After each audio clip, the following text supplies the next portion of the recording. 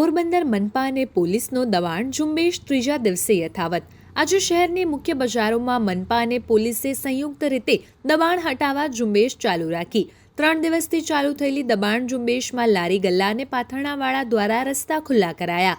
મનપાએ લારી ગલ્લા અને પાથરણા કબજે કર્યા। શહેરની મુખ્ય બજાર કેદારેશ્વર રોડ, એમજી રોડ અને એસવીપી રોડ પર દબાણ ખુલ્લું કરાવતી મનપા શહેરમાં વધતી જતી ટ્રાફિક સમસ્યાને પગલે શહેરના નાગરિકોએ કરી હતી રજૂઆત। દબાણ કામગીરી દરમિયાન કેટલાક શખ્સો અને પોલીસ વચ્ચે બબાલ।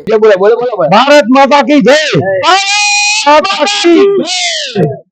આજે પોરબંદરમાં જે પોલીસ ખાતું અને નગરપાલિકા જે સારું કામ કરે છે એમાં અમે સહમત છે કે એકદમ સારી વાત છે કે પોરબંદરમાં રેકડી હટાવે છે, આડાઅવળા જે કોઈ લારી હોય હટાવે છે, એ બધી વસ્તુ સારી વાત છે।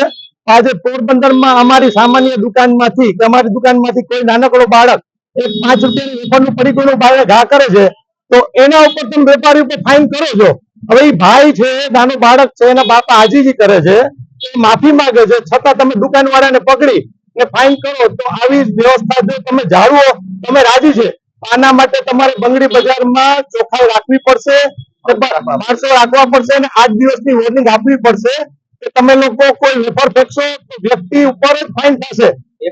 કોઈ પાનની પિચકારી મારે તો એ પાનની સિટી વિસ્તારમાં રેકડી હટાવવાની કામગીરી થઈ રહી છે, શું કામગીરી છે નગરપાલિકા?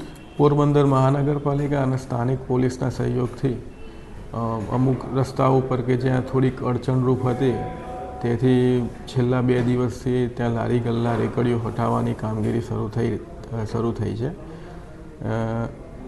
SVP road, MG road, Sudama Mandir, Bangdi બજાર ત્યાંથી જે નડતરરૂપ હતી જાહેર રસ્તા ઉપર અને અવર જવરમાં એમની રેકડીઓ હટાવી દીધી છે।